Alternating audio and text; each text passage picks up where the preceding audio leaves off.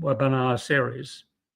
The Management Summit is a new kind of conference and a new way to create value in a fast-changing world. And for several centuries, most of us knew that businesses were in business to make money for themselves. But 25 years ago, a new idea started appearing and spreading in the world. What if, some businesses said, we decided to focus on making value, creating value for customers? And when they did this systematically, they found, to their astonishment, that their staff were happier and they made much more money than when they were focused on making money, exponentially more money. So the question that we'll be exploring in the Management Summit and in this webinar today is, why is this so? Why don't all firms commit to creating value for their customers? And the shift's important for many reasons. It's not a theory. It's not something that has to be invented. It's already happened. It's happening in firms of all sizes and all around the world. And it's not a new idea in one sense, that the idea of creating value for other people is one of the oldest ideas in the human race. But what is new is the idea that this idea of creating value for others should play a central and astonishing role in business, that businesses, in fact, should focus on creating value for their customers. And when they do, they are extremely much more effective than they were and when they were focused on making money for themselves. And the idea that it should play such a role is something that Peter Drucker was writing about many years ago in the 1950s. And we will have with us today Richard Straub, the president of the Drucker Forum, perhaps the leading scholar on Peter Drucker. And he's going to tell us more about the historical background and why the idea of value creation is so important. But I believe Richard will be coming on screen in a few minutes. So we'll move to the first of the segment that we have on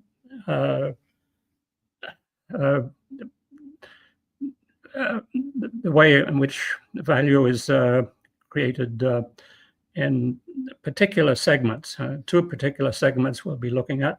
The role of customers and why they are so important, and then the role of networks rather than hierarchies. And the first presentation will be about creating customers, how value is created for customers. And it can only be done by interacting differently with the people in the organization and the people outside the organization. Oh, I see Richard is now able to join us. And I've already given you an introduction, Richard, as the leading scholar on Peter Drucker and someone who has a great deal of wisdom as to why this idea of creating value is so important in the context of business. You'd like to tell us? Thank you. Thank you, Steve. Yeah, sorry, I was getting lost in technology all of a sudden. I was on another page. I haven't touched anything. It's the miracles of technology. So, yeah, thank you very much. And I would like the next few minutes to say a few words about almost from a historical perspective, because Drucker is now a historical figure, but he's a figure that is absolutely relevant for today, still. So, can you hear me? Yes. Yes, okay, good. And maybe you have mentioned it already, Steve, but Drucker's notion of value creation starts with his definition of the purpose of a business, right? Mm-hmm. Because when he said there's only one valid definition of business purpose, to create a customer, right? That means creating a customer means creating value that somebody will pay for. Yeah, so it is at the heart of the Drucker philosophy. It doesn't. You can do whatever you want inside your company, but if you don't create something outside for the customer, and if you create a customer who will be ready to recognize and acknowledge the value, then you will not achieve anything. And I think Drucker was not, I mean, this was not a notion that just Drucker invented, but I think he brought it to the point, because the history of capitalism in the last 300 years is a history of innovation and value creation in huge waves. And it's a famous, people like to show it with a famous hockey stick. For example, how people's income, the average income, has evolved. So for millennia, it was flat in a way, and then it moved up like a hockey stick, right? And the reason was the capitalist system with all its downsides, but still it created enormous value, enormous wealth, and also improved the situation of individuals. And when we talk about value creation, of course, it's economic, is a major part, but as a consequence is social value creation. And that's really important, because we don't just want to create pure economic value, but it's a basis for doing much more. And this whole notion of value creation from a historic perspective was taken up by a famous scholar. And I must say, I'm not really a scholar. You do me too much honor, Steve. I'm a simple practitioner who has interest in the subjects we are all caring about, management, leadership, and Peter Drucker's perspective, and of course all those who are in this. But I think the scholar who has done also a lot of work, important work on value creation, was Carlota Perez, who talked about the big waves of technology innovation and how they played out in the last 200-300 years. And what she was showing, and I think that was also a very important aspect, which is particularly important for today, she showed that this is not happening in isolation. If we talk about creating value, yes, it's happening. We're talking about business now. It's happening within a business. There's an innovation, and the innovation creates a new demand of customers, and there's a process of value creation related to that. Carlota showed it's a systemic challenge.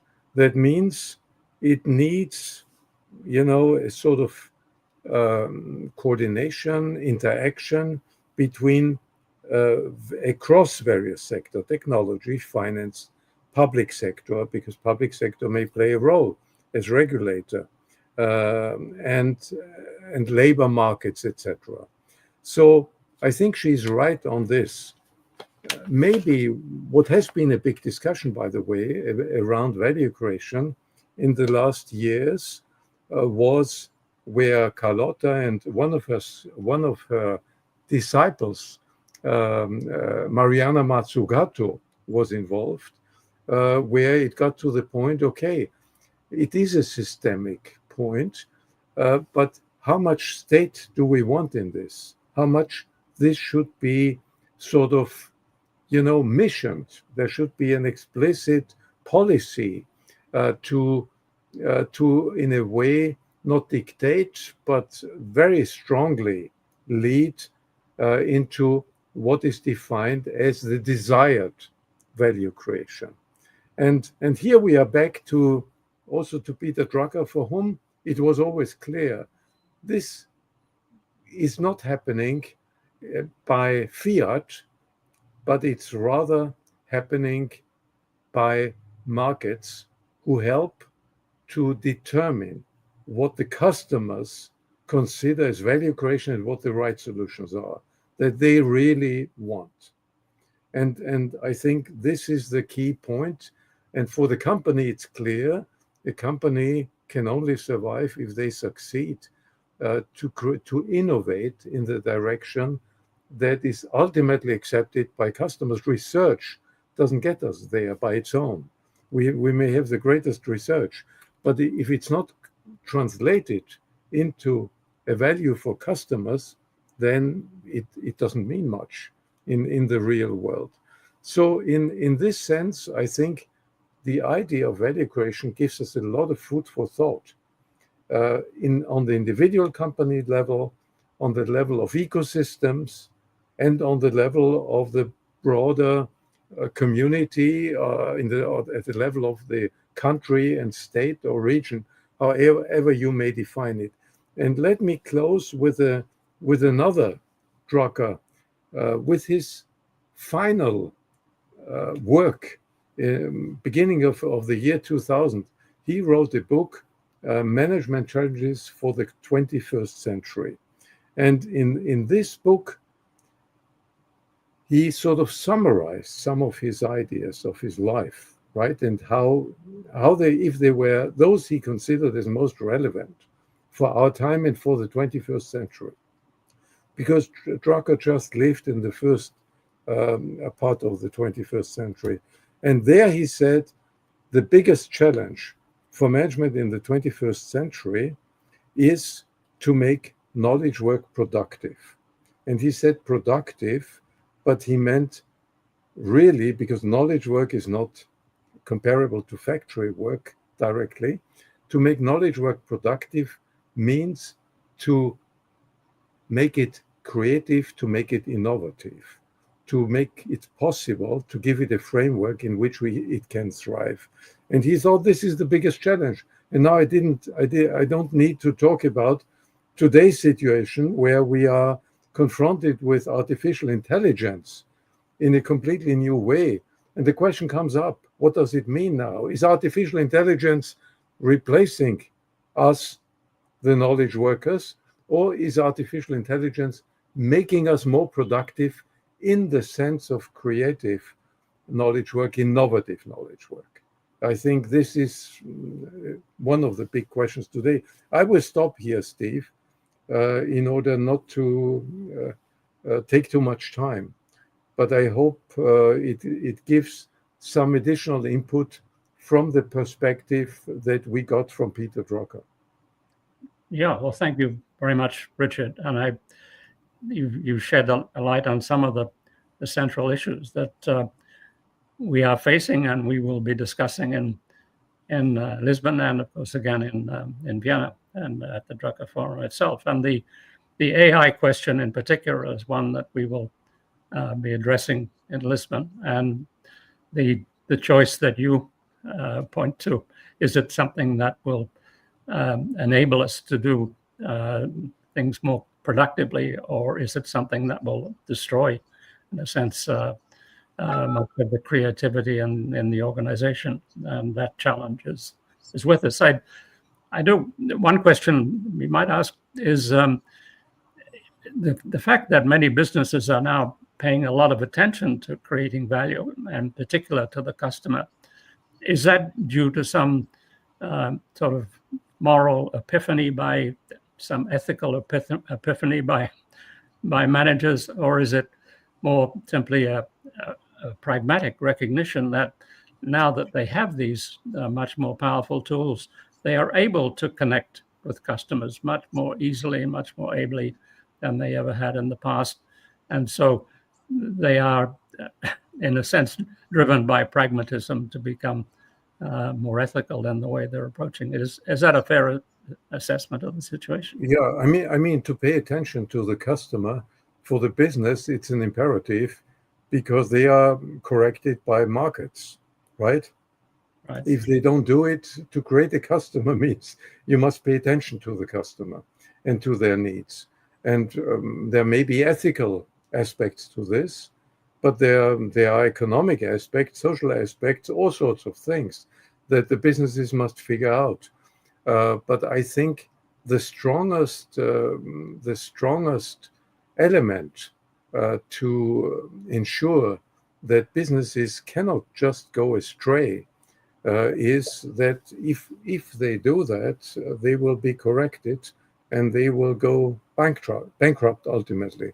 They cannot be successful as a business otherwise, right? Exactly. And thank you very much, Richard, for this masterly overview of an introduction to the subject. And we're now going to jump into a couple of the particular dimensions of value creation. And as Richard suggests, this is something that has been sponsored by practitioners, and really it needs to be learned from interacting with practitioners. And that is exactly what the Management Summit has been set up to do. So that instead of having sages on the stage and people giving you long lectures about what you need to do differently, instead, what we're doing is having real live practitioners who will be sharing with you stories about real live examples of firms that have confronted these issues, and letting you, the participants, draw your own conclusions about what it means for you. And so we'll be giving you here a foretaste of what the Lisbon conference will be like, doing it online rather than in person. And first up, we have Hunter Hastings, one of the world's leading thinkers about value creation, and he's going to shed light on why creating value for customers is so central. Hunter? Thank you, Steve. In all of the current market turmoil, what's the one universal that always applies, guides us like the North Star, and it leads the way through all the changes and all the challenges? And as Richard Straub suggested, it's customer value creation. Customer value creates markets, changes markets, and drives opportunity. But it's not well understood that value is qualitative, it's a process, and customer relationship building is at its core. Customers are not merely purchasers, they're partners in a value ecosystem. That's the new form of value creation today.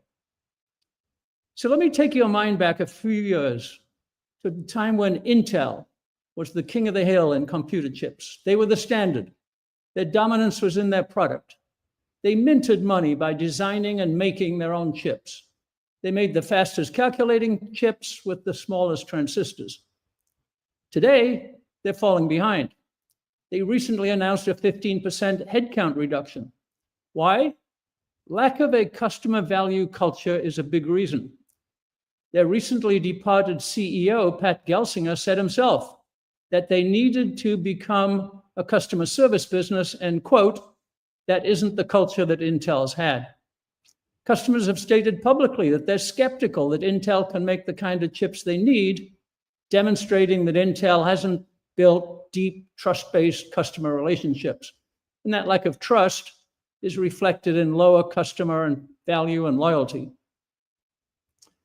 Now take your mind back to today, where in contrast, the power of customer value can be clearly seen in the marketplace performance of one of the most highly financially valued firms, NVIDIA. NVIDIA's growth rises from a foundation that's more than fabulous technology. It has orchestrated a value ecosystem. First, NVIDIA sets out and follows the flow of customer value. Its initial market for graphics chips was about $8 billion, represented on the left of this chart. Today, it's over $100 billion in the AI chip market, could rise to $500 billion. So NVIDIA follows the revenue to find out where customer value is going. It's an unbounded space, and NVIDIA revenue growth is a consequence of following this value flow. Second, NVIDIA provides customers not just with products, but with a solution to a complex problem. NVIDIA's value proposition includes hyper-customized design, hardware, software, and pre-built platforms. NVIDIA provides not only chips, but also ready-made software development kits and the tools to integrate and interconnect chips. and the pre-assembled rack systems that bundle multiple chipsets together so the customer can network them however they want.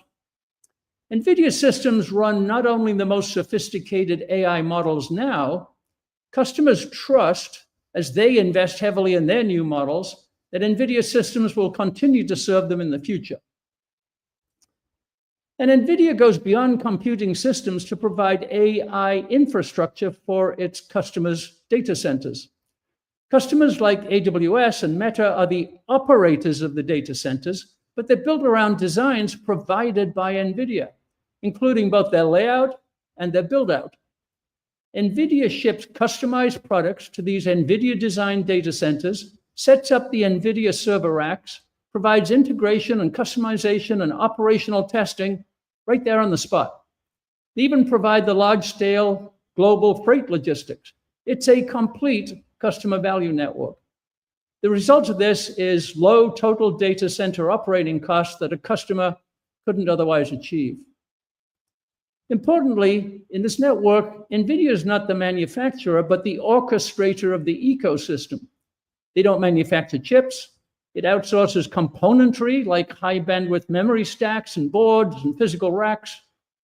NVIDIA designs customer experiences.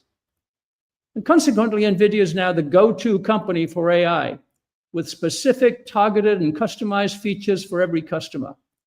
And then as software developers and researchers build more and more models and tools and libraries on NVIDIA GPUs, they reinforce a powerful network effect.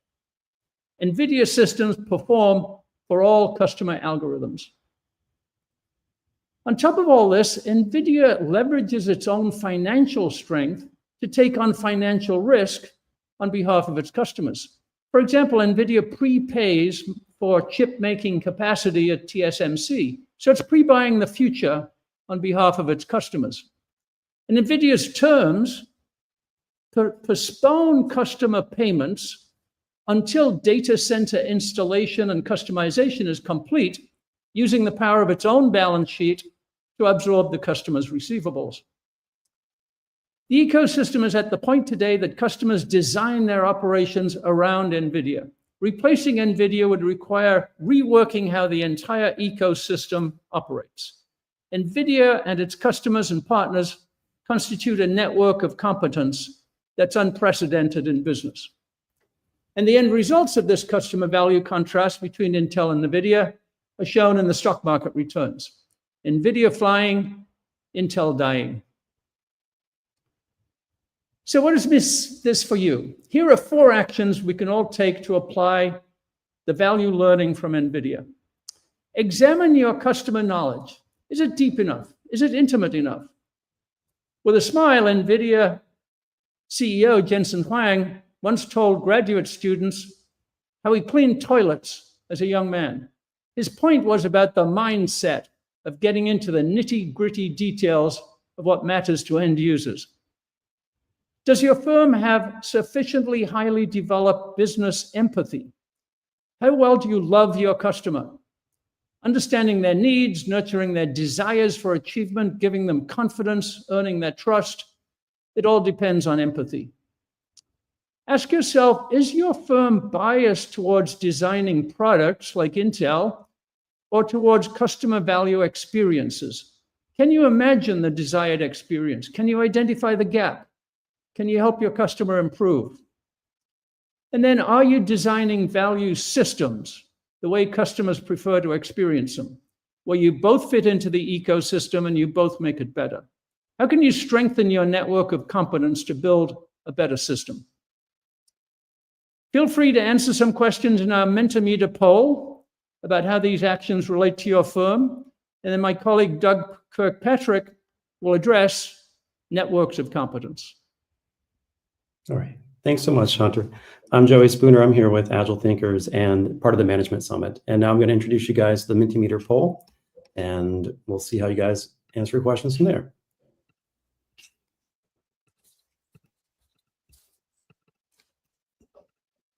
Okay, and there's the poll. So we wanted to know if people attending had any thoughts on Intel versus NVIDIA. Oh, sorry. Intel versus NVIDIA in this storyline. And if you look in the bottom left corner, there is a QR code that you can scan with your phone, or in the top part of the screen, there's minty.com, and you can type in the code at the very top there. That's 2740-0270. And we'll give you guys a few moments here to vote and decide more or less which workplace looks more like yours, NVIDIA or Intel. It's always interesting to see what people say here, because sometimes, things are better than you realize. So I'll give you guys a few moments here to pop in a few more votes, and then we'll move to the next question. We have 4 questions total, and then we'll join back with Steve and then introduce Doug.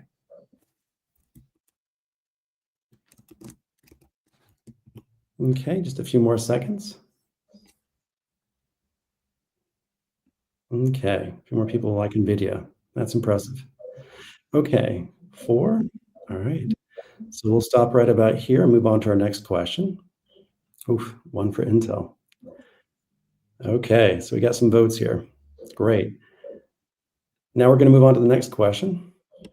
What does your workplace need to treat its customers more like, Intel or NVIDIA? So which one's more where you need to go? More like NVIDIA or more like Intel?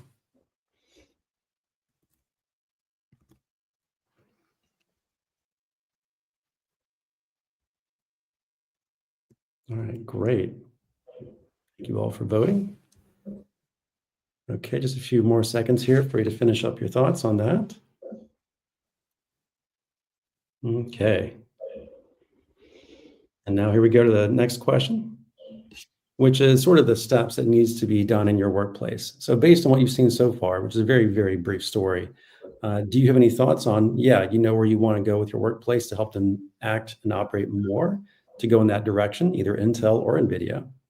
But in this case, let's see what you guys say. Is it yes or no? You have an idea of where you want to go, the steps you need to take to improve your workplace, or not so sure? Wow. All right, great. Everybody seems to have an idea of what to do. That's a good sign. Okay. And then last but not least, this issue that we're talking about here with Hunter, what he just brought to us today, is this issue important or not important to what you're doing in your workplace? If it's important, let us know. If it's not that important, that's okay.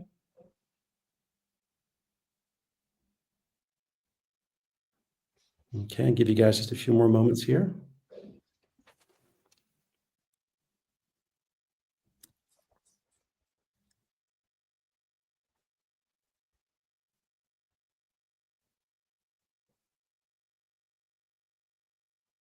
Okay, just a few more seconds, and then we will carry on from there. Okay. I think that's it for now. We are going to now switch up and go back and introduce Steve here. Thank you all for doing that. And thanks again, Hunter. I'm going to have Steve take over from here and carry on with you and Doug. So here we go. Thanks, Hunter and Joy, and thanks to participants for joining in the survey. And please also note that there's a comments section. You can fill in questions and comments in that column, and we'll be happy if we can answer them on the spot here in the webinar. We'll do so, but if not, we will get back to you with answers on LinkedIn.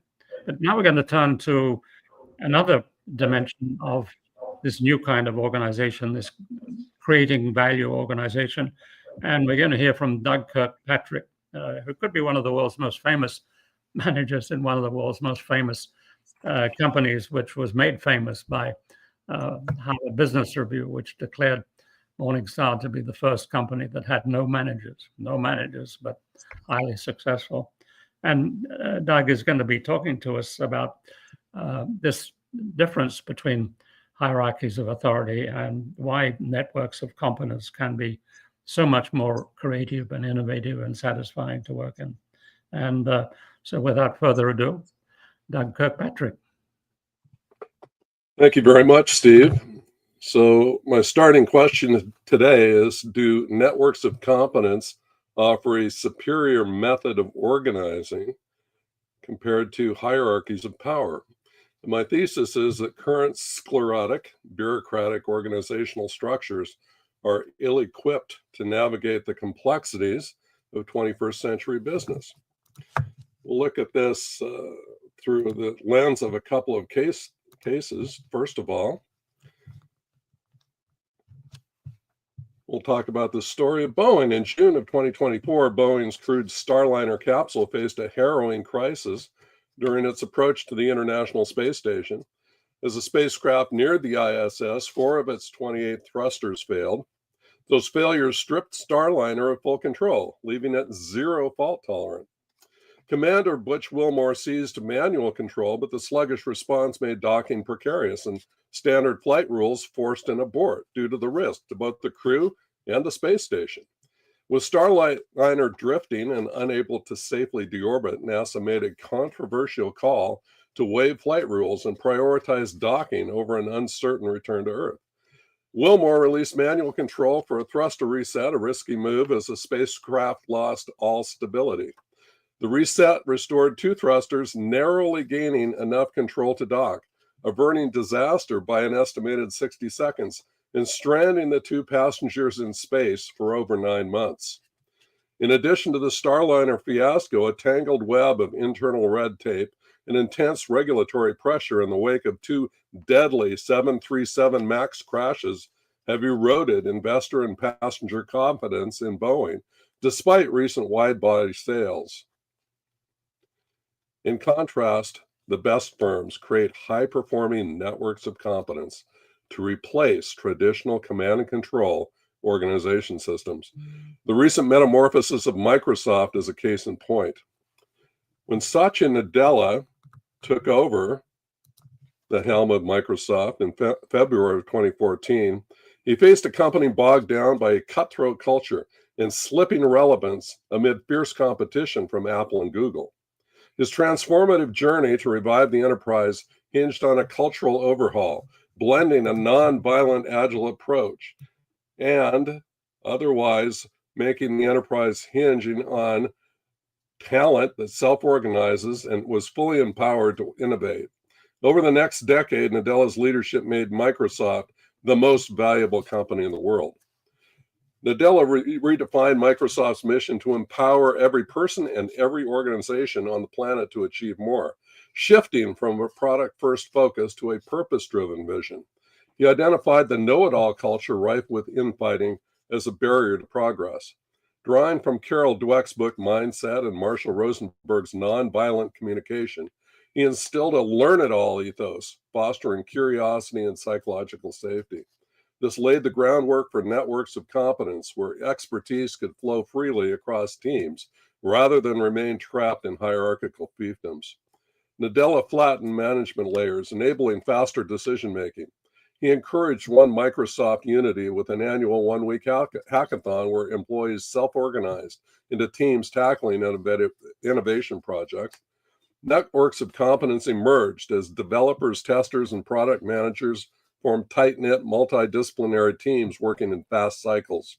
This agility fueled Microsoft's pivot to cloud computing and AI, with the Azure cloud computing platform becoming a growth engine supercharged by deep empathy.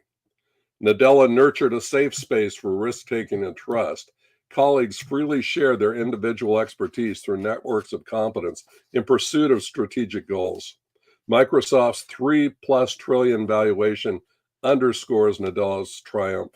His integration of networks of competence, seen in hackathons, cloud innovation, and AI breakthroughs, amplified the smart balance of alignment and autonomy. Nadella proved that combining a shared mission with self-organizing teams could transform a legacy giant into a dynamic innovator. His success highlights how a culture powered by network teams can drive sustainable turnarounds.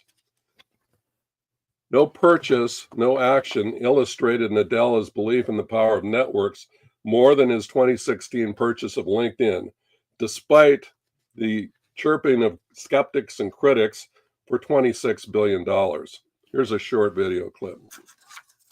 Biggest acquisition ever for Microsoft to buy LinkedIn. What does LinkedIn have to do with Microsoft?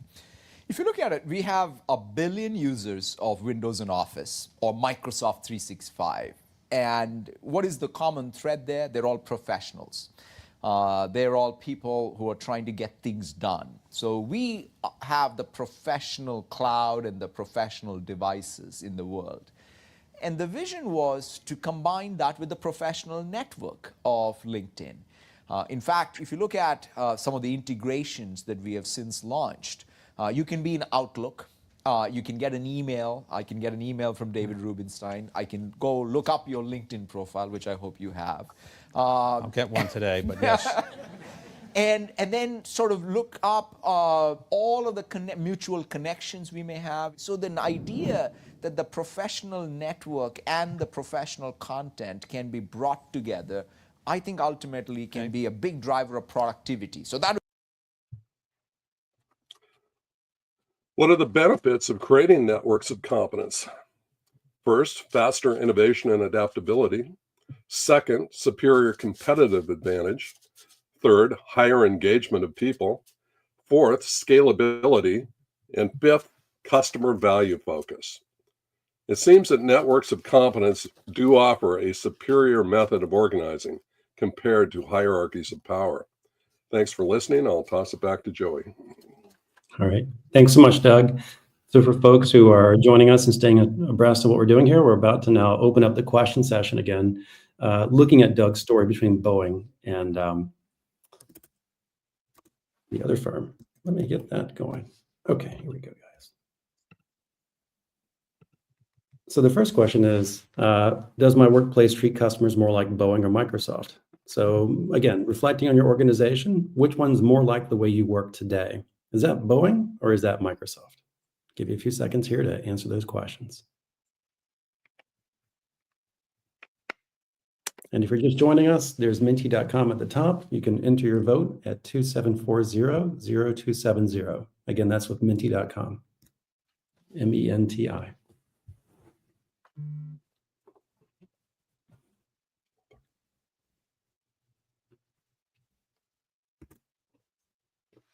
Hopefully everyone is seeing that. Yep, okay. Let's see. Give folks a few moments here to answer.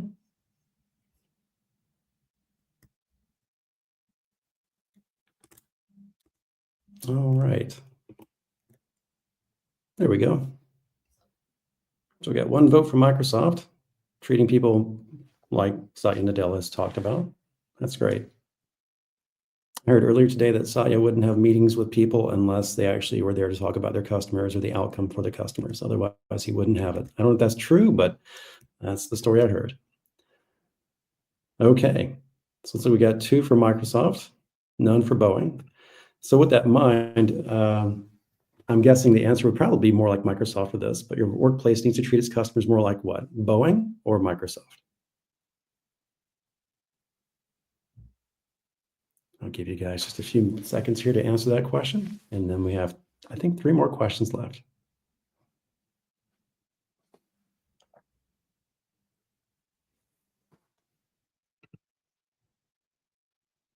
Okay. All right. And then we're going to move on to our next question here. Okay. I have ideas on the steps my workplace needs to take. So that means you actually do understand how to make this work in your environment, or you don't, in terms of what we're talking about.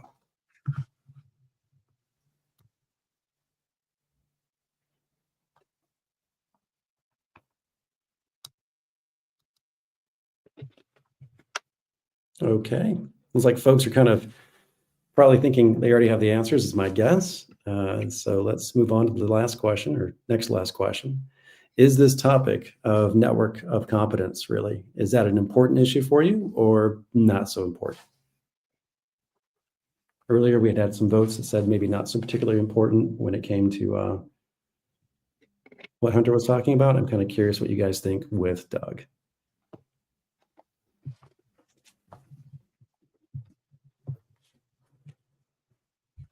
Okay, important to us.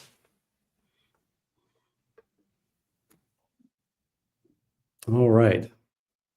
All right, thanks, guys. And then one final question here. This is more of a question around your engagement, right? Are you currently involved in a workplace or organization?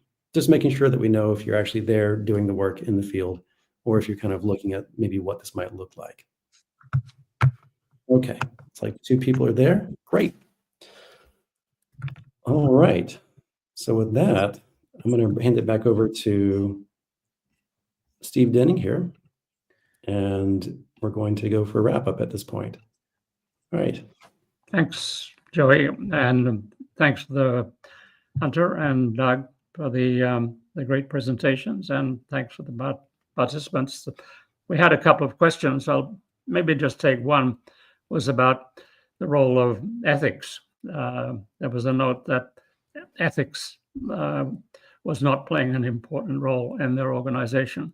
And that, in fact, is one of the central ideas here, is that once you're operating firm and by creating value for others, creating value for customers, you are inherently introducing an ethical dimension to the way the organization is run. So it resolves one of the very difficult issues once you have a way of running the organization which is neutral in terms of ethics. So then you have a separate issue. Well, when should we be moral? Which is kind of like a stupid discussion. What this does is make ethical and environmental questions integral in the way the whole organization functions. So it resolves in a fundamental way the challenges that firms are facing. But we don't have time for any more questions. I'd like to pass the ball to Hugo Lorenzo, who is the mastermind of the Management Summit, and or Joey, who can wrap things up and point us to where the next webinar and the next steps in this exciting venture will take place. Yeah, thank you, Steve. And thank you, everybody, for joining this webinar today. We're really proud and happy to have you here. And thank you, Steve, for hosting this whole thing and making it look very easy. And thank you to Richard Straub as well for showing up and kicking this session off. This is a series of webinars that Steve mentioned that we're going to be doing over the next several weeks here, actually, probably about 2 months or more. And you can find the full list of webinars at themanagementsummit.org. That's our website for this whole event that you see here in the top left or top right of my screen. And also at the screen below you here, managementsummit.org. Now we have the next webinar coming up on July 3rd. That'll be with Heidi Musser and Mark Belitsky. And it's going to be covering leadership and purpose, a new playbook for resilient leaders. So looking at resiliency, leadership, and how that works with network effects like we talked about today. So it should be a really interesting, I think, kind of fun dive into how do you make these kind of things work. So how did Satya kind of do it, or how did these things take place? What are some of the actions to consider? I think that will be some of the things they discuss. But that's what we're looking forward to doing in July 3rd, and that'll be at the same time, same day as usual here. And we hope to see you there. Also, in addition to that, like we mentioned before, we have this great event coming up in person on September 23rd to 24th here in Lisbon, which is kind of like what you see here in the background. And yes, the weather is that good. And so is the food, and so is the company. You'll see Steve there, along with a handful of other great speakers, including Richard Straub, and we hope to see you there as well. And so that's coming up again in September, and you can register there on managementsummit.org. All right, Steve, anything else I should add before we take off? I think that's it, Joey. All right, great. Well, thank you, everybody, for joining today, and we hope to see you again on July 3rd. All right, thanks so much.